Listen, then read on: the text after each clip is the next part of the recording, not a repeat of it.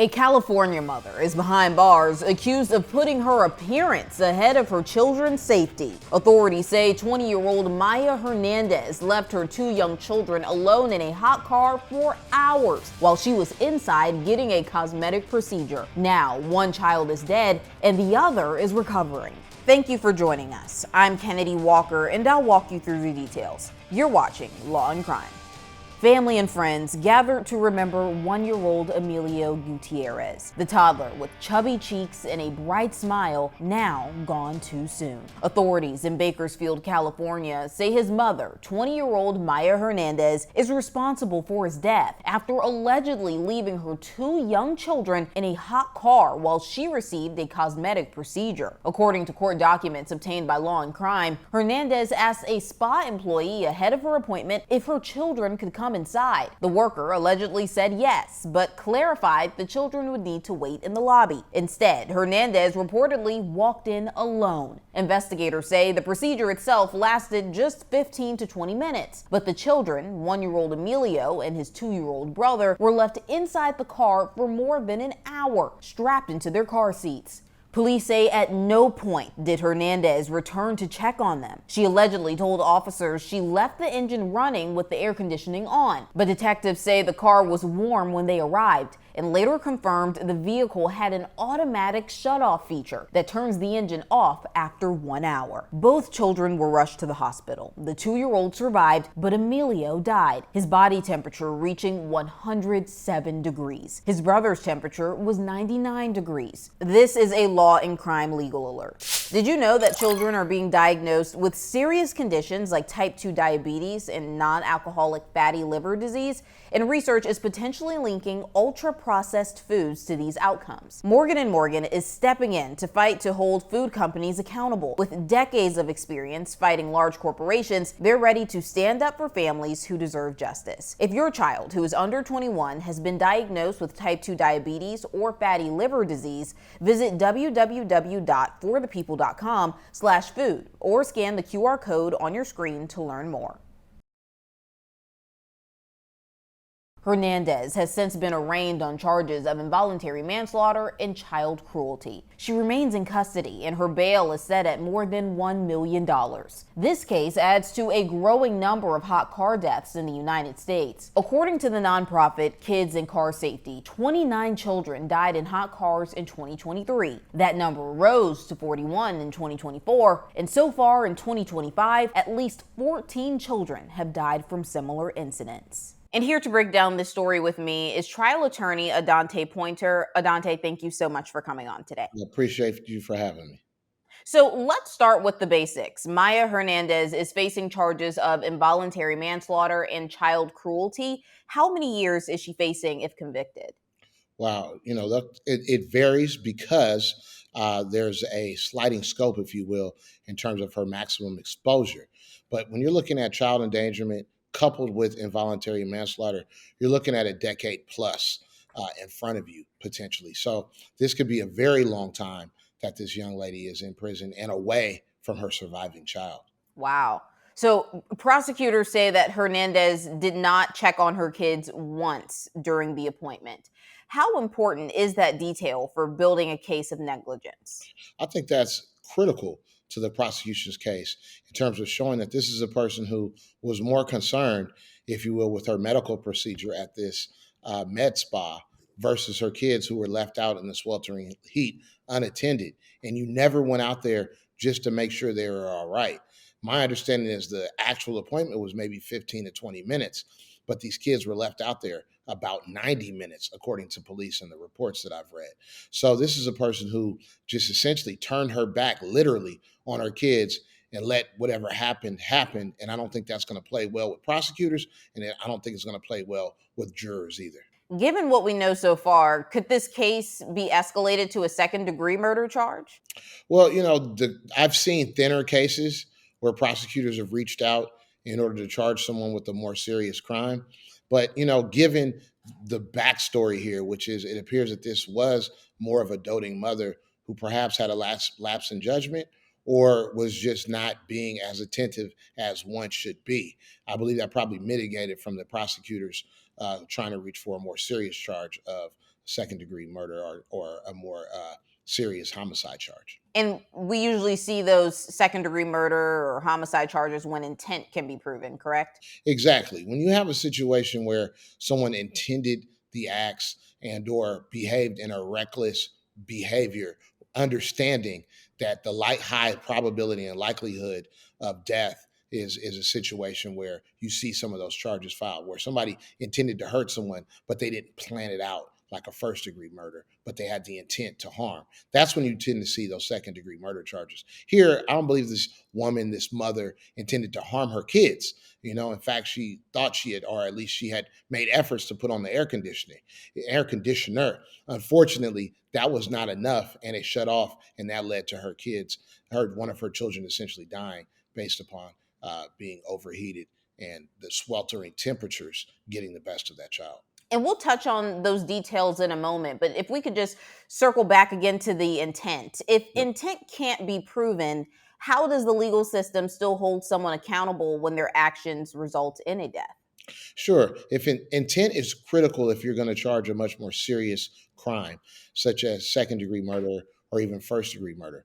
However, when you don't have intent to harm in that way, then that's where manslaughter and involuntary manslaughter come into play. Essentially, you committed a reckless act that resulted in someone's death without the intent to actually kill. And you just mentioned about the AC running. According to reports, the mom says that she had it on. When someone leaves a child in the car with the AC on, does that offer any type of legal defense? It doesn't offer a complete defense or a perfect defense in the sense if you could prove you left the AC on, then you're off the hook. What it does is offer some mitigating circumstances by which a judge can take into consideration to show that you just weren't completely callous and or didn't put your kids in the car with an intent that they would suffocate or suffer or pass away from heat exhaustion. Instead, it's saying, "Hey, it was reckless what I did. It was negligence what I did. It was careless what I did. But at the same time, I did take measures and efforts to try to help or preserve these kids in terms of not allowing them to suffer the effects of heat exhaustion." Right. And this case is interesting in that aspect because usually we hear about these hot car deaths and the parent may literally just, take the keys out and the kids are left in the back seat and then they end up dying. Because of this situation where according to police the mom did leave the AC on, but the car had an automatic shutoff. Is I guess just how does that work? Is since she according to her did not know about that feature. So is that still considered negligent? Well, the fact that she didn't know about the feature is something that cuts in her favor to show, hey, I put him in there. I thought the AC was running the whole time. If I had known the AC was not running, then I would have come out and, checked on my kids more frequently or checked on them at all, and or I wouldn't have left them anyway. But the original sin here is leaving a child seat belted in a car on a hot day with the windows rolled up.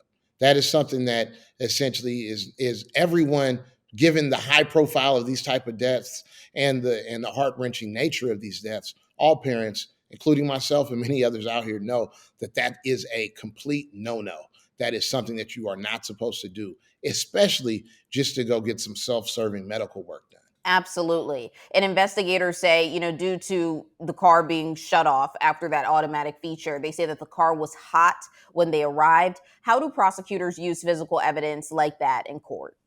Well, the fact that the car was warm or hot when police arrived shows that the AC had been off for a matter of time, which then allows them to extrapolate out how long these kids had been left unattended, how long they had been left to suffer, how quickly the heat escalated within the passenger compartment of the car. So that bit of evidence actually will have ripple effects throughout the case in terms of proving up her culpability as it relates to not checking on her kids. And in fact, also will help to prove how much her kids suffered as it relates to how fast the temperatures rose in that car. Right. And police also spoke to an employee at the med spa where she was getting serviced, Ms. Hernandez. Does the worker statements that Maya Hernandez asked to bring her kids inside but came in alone help prove intent or just poor judgment? I think it depends on which side of the aisle you're sitting on. From the prosecutor's perspective, I think they're going to say, hey, this shows intent. She was aware that she was going to have her kids prior to making this appointment, prior to arriving at this appointment. She asked if she could bring her kids. They told her that it was okay, but yet she failed to bring them in and left them outside and didn't mention this to the attendant. The flip side, from her perspective as a defendant, I'm saying, hey, I was actually concerned about the well-being of my kids. I didn't have babysitting. I asked if they could accommodate them. Maybe she's going to say I wasn't sure, or it wasn't clear if I could bring them in, or I thought better not to, but I was concerned about my kids. So I think it cuts both ways. However, I think the more persuasive argument is going to fall on the prosecutor's side by the very fact that we have one child, one innocent child, dead. Right. And if you could just explain more about how, I'm just trying to see how could that even possibly work for the defense, especially if they have that message and the worker said, yes, they'll just have to wait in the lobby. You know, the fact that she maybe could the prosecution argue, did you not want your kids in there? Were you afraid that they were like, what was the reason if a worker said, yes, you can bring them in and you still chose to leave them in a car, AC or not? Just how do you think that's going to play out? I don't, frankly, you can have an argument. It doesn't mean it's a winning argument. Okay. And in a trial, both sides have arguments. Both sides have presentations and cases to be made, either for a prosecution or against it as a defendant. I think that she can make that argument. I'd imagine, trying to put myself in her shoes, I'm going to say, look, I asked, they told me you could bring her in, bring these kids in. But when I thought about it, I knew that it would be a quick appointment, 20 minutes. I'd be in and out. I didn't think I would need to bring them in that quickly. I got in there, 20 minutes turned into a much longer time. And so this unfortunate tragedy took place. But I never thought I'd be in there that long. Trying to relate to people, to most people who have the experience of thinking they're going to run in and run out of a quick errand, and that errand winds up taking much longer than anyone expected. At this point, though, given that there's an innocent child who has passed away in a most unimaginable and horrific manner, I don't think that's going to curry much favor with the jury.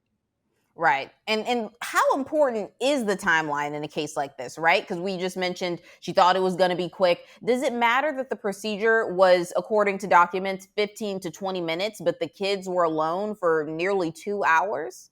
I think that's critical. I think the fact that she left these kids alone, despite the procedure being 20 minutes or so, and yet they were left alone for 90 minutes. What were you doing? I remember very vividly as a child, and even now as an adult, looking at my children when I go into a place, especially a place where I'm familiar, and I'm talking to people. They're like, we're ready to go, Dad. Let's leave. I could imagine then in a situation like this where the medical attendants were familiar with her. She got in there. Maybe the procedure took a little bit longer, but she may have been in there yakking it up, having a great conversation the whole while her kid is on the brink of death and actually passes away. So I don't think that's going to inure to her benefit. I think that's actually going to be a fact that will help slam the door on a conviction. Right. And are there any expert witnesses that typically get called in cases like this, like maybe pediatricians or child safety experts? There'll be a host. I'd imagine there'll be a host of experts called in this case for dealing with liability as it relates to how fast the car heated up. To talk about the automatic shutoff switch. Is that something that she would have been aware of prior to this? How noticeable, how obvious is that feature on the car? As well as talking about the child's internal temperature as it relates to how fast it rises, how they would have suffered, the symptoms and effects they would have had, would they have been crying, would they have been trying to desperately fight to get out of a seatbelt, could they even get out of a seatbelt, and was they essentially trapped in a prison of heat and ultimately death? And then also the older child, what they could or could not have done and what they were also feeling, because they also suffered as well. Just because they didn't pass away doesn't mean they didn't suffer the effects of being overheated. Right. Such a heartbreaking case all the way around. Well, now Ms. Hernandez is being held on over a $1 million bail. That's a steep number. What does that say about just how seriously this case is being treated? Well, anytime you have a seven-figure, $1 million plus bail, that means the prosecution is not intending to have you bail out and fight this case, as they say, from the streets. Instead, they're saying, look, you're in custody. This is a very serious case, and you're going to remain in custody through the duration of us pretrial as well as the trial. And if you get convicted, you won't see the streets until you finish your sentence. So this is a very serious case.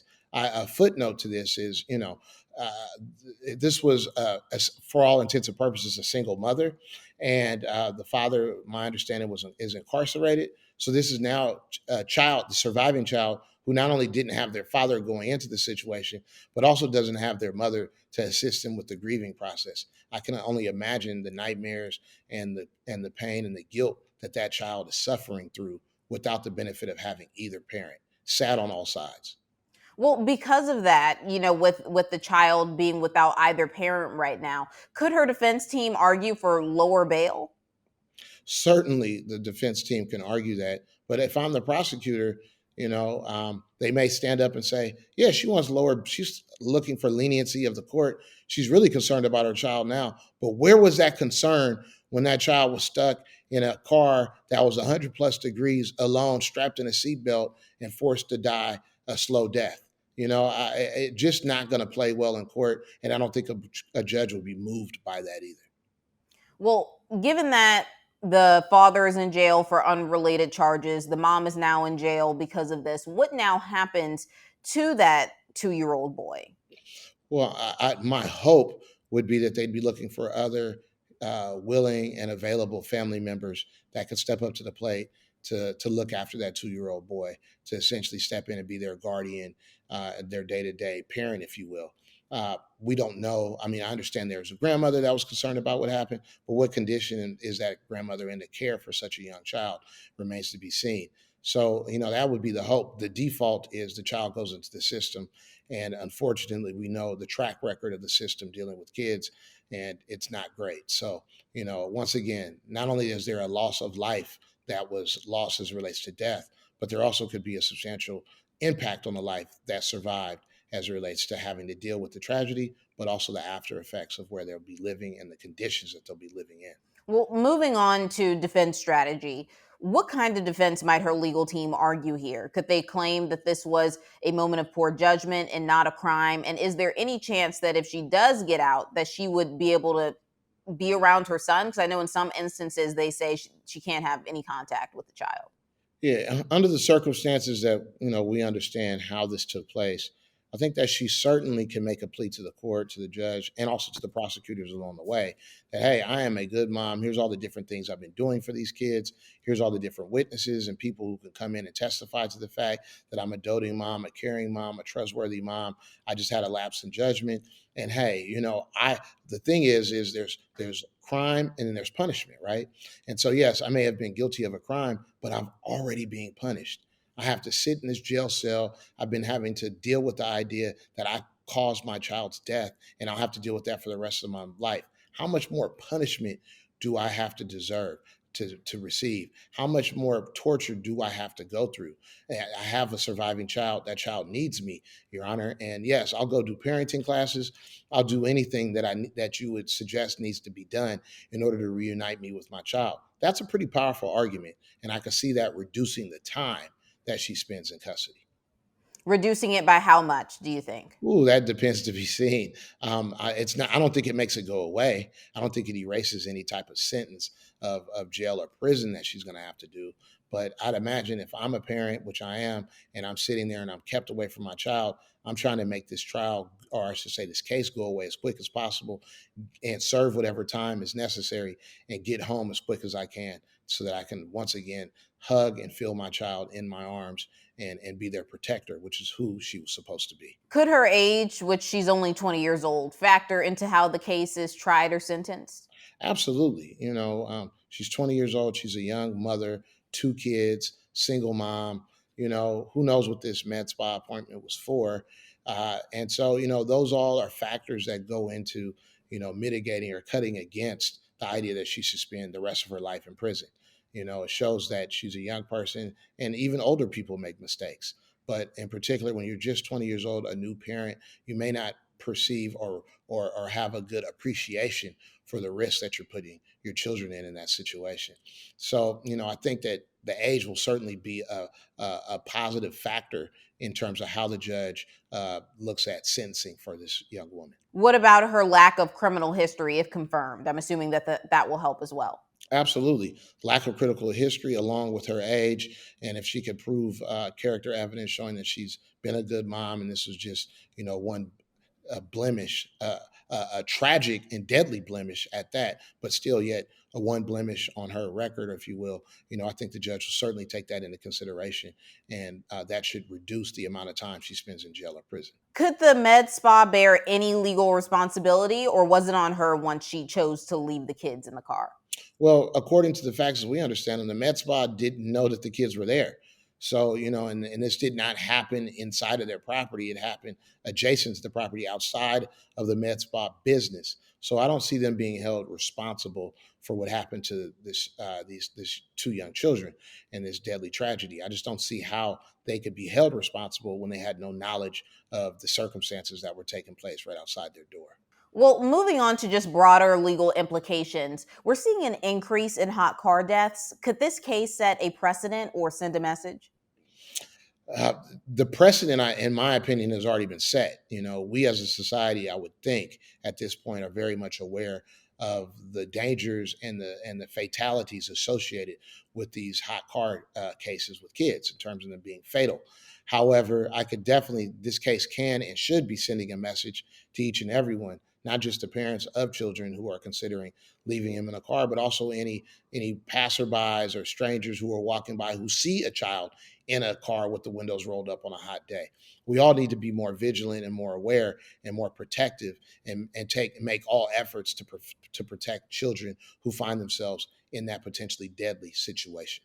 And before I let you go, just from your experience, do these cases tend to end in plea deals, or do they usually go to trial? I mean, most cases, be it criminal or civil, end up with a plea deal. Very few cases actually go to trial.